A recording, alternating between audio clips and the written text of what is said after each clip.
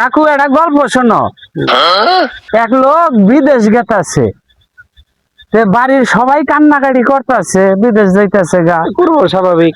পরে এয়ারপোর্ট পর্যন্ত গেছে, তখন দম ফাড়ে ফাড়ে অবস্থা, মানে দম যায় যায় অবস্থা। তাই নাকি?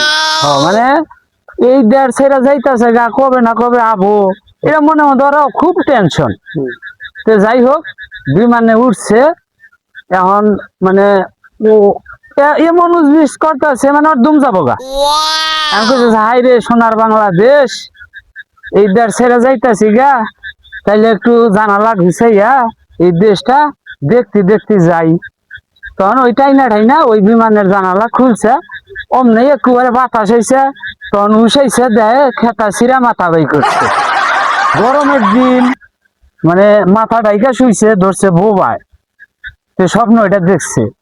তো আমার ওই পরিবেশ এখন, তার কারণ এই ভিডিও বানাইতে বানাইতে এমবি উঠাইয়া এখন বাড়ি ভিটা বেচার জো হইয়া গেছে, কিন্তু ভিডিও ভাইরাল হইল না।